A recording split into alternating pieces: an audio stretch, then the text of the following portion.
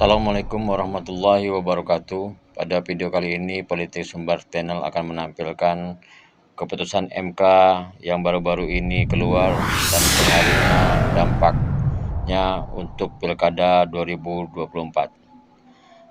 Agar Anda tidak ketinggalan berita-berita dari Politik Sumbar Channel, mohon like and subscribe dan hidupkan lonceng. Selamat menyaksikan.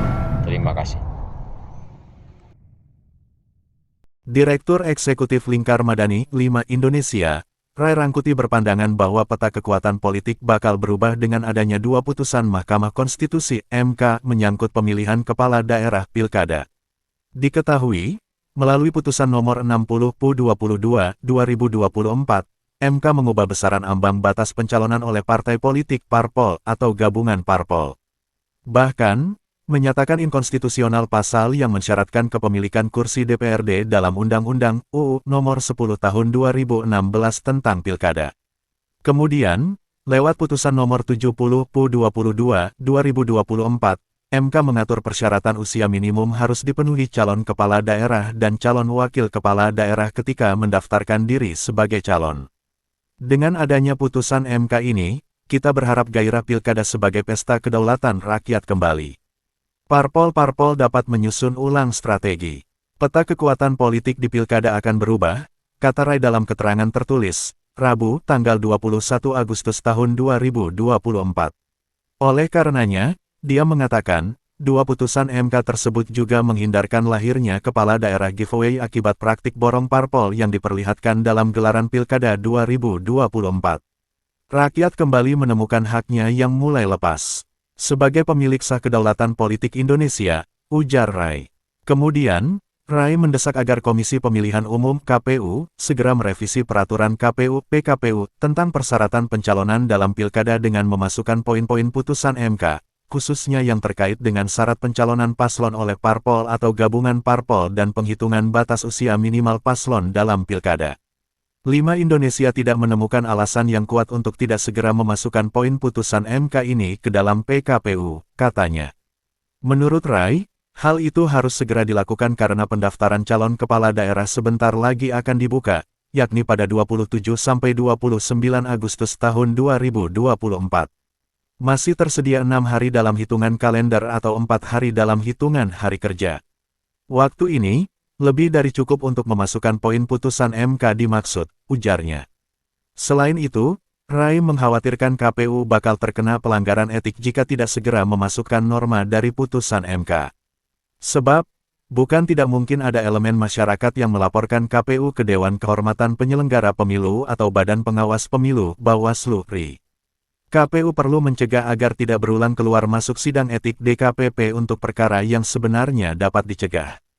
Sehingga wibawa dan kepercayaan publik terhadap KPU tetap terjaga pasca tragedi demi tragedi yang menimpa KPU sebelumnya, katanya. Sebagaimana diketahui, dengan adanya putusan MK nomor 60, Anies Baswedan masih memiliki peluang maju pada Pilkada Jakarta 2024.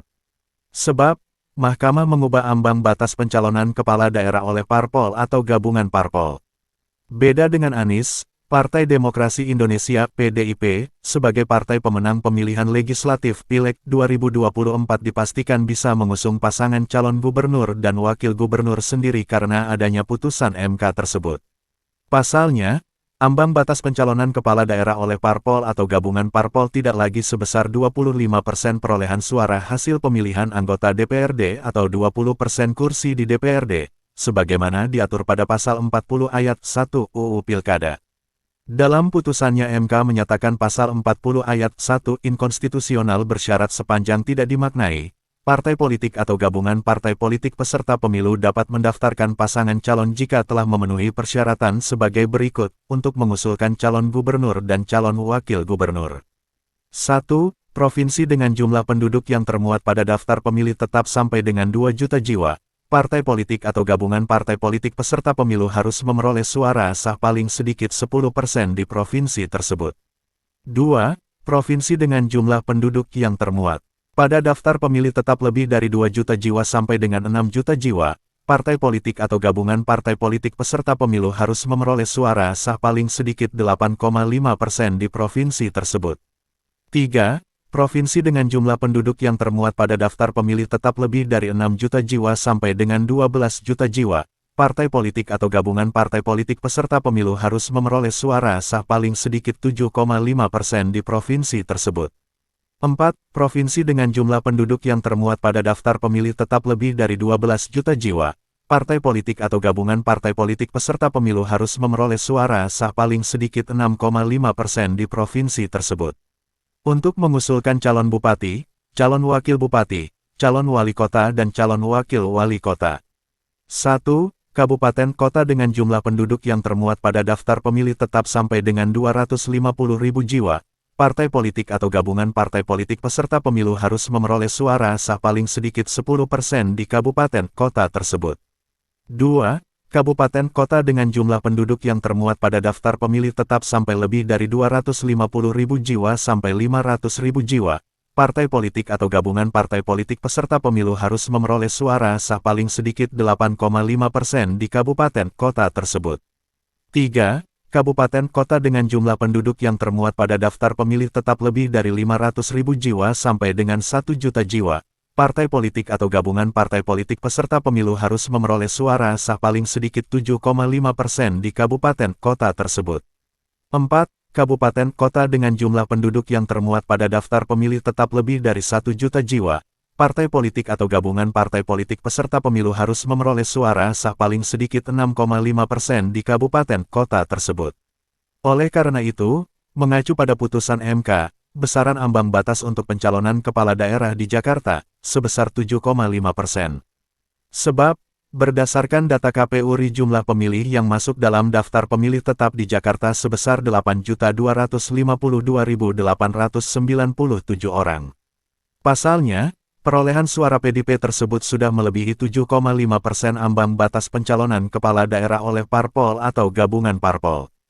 Bahkan, terbuka peluang bagi PDP untuk mengusung Anies Baswedan pada Pilkada Jakarta 2024.